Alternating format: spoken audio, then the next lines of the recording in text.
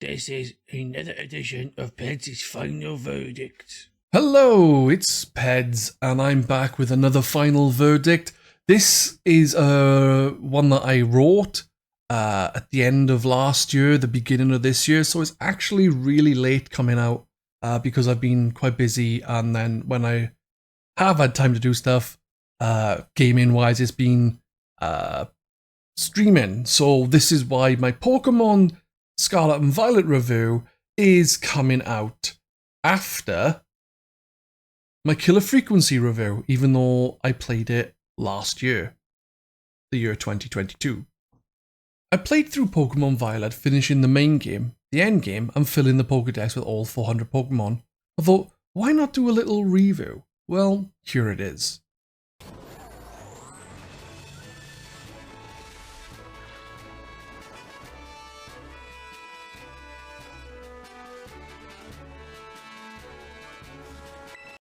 The Pokémon series is now going fully open world with Pokémon Scarlet and Violet. It's clearly been on the cards for a while, with the wild area in Sword and Shield and later having the Arceus game having a semi-open world structure.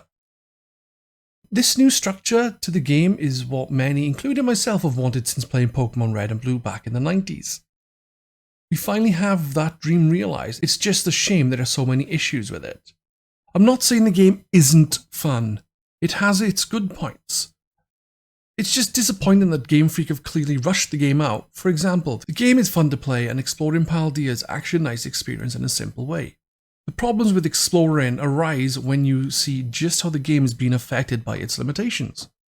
You have this decent looking open world, and then you have loads of popping, parts of the world vanishing and reappearing, glitches galore, slowdown, frame rate issues, and there's no real reason for it. I know the Nintendo Switch is generally an underpowered console, but I don't believe the issues come from that. No, when you have other open world titles that have far superior visuals and run better, you have to wonder why. This brings me back to it clearly being rushed out. I did say there are good points, and there are. I like the story. Will it win awards? No, but it's simple and enjoyable. The fact that you have 3 storylines with the gym challenges, Team Star, and the Titan Pokemon is a nice touch that's giving you the feeling of more choice in how you can tackle the game. I like the new characters introduced, and I think Nemona is probably the best rival in donkey's years.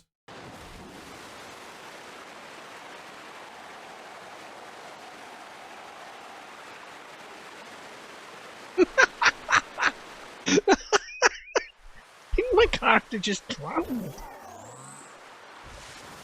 The music is, as always, really good to great.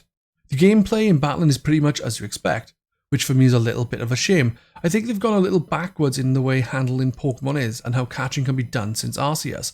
I am hoping the next generation will move forward with the gameplay improvements from Arceus, while building upon the better parts of Violet. Basically, they needed more time and more ambition, and they need to stop resting on their laurels.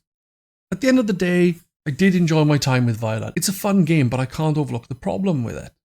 I'm very disappointed in some ways. I was hoping this would be the game I dreamed of, but the issues really stopped that from being the case. For example, there are very little indoor areas, and the few there are almost just identical boxes with a few people in. Then you have these lovely towns with bare-bone buildings. It's all so uninspiring. Well then, Pedz, you ready to open wide? Wait, what? What? I'm actually struggling with how to rate this. On one hand, I had fun. On the other, it's a rather shonky misfire.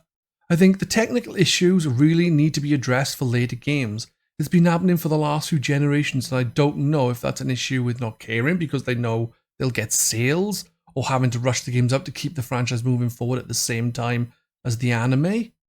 I fortunately can overlook the issues for myself, but looking at it from a general point of view, I can't give it more than 6 Pugsleys. Well, I hope you enjoyed that video. Why not give Pedz a follow if you enjoyed it?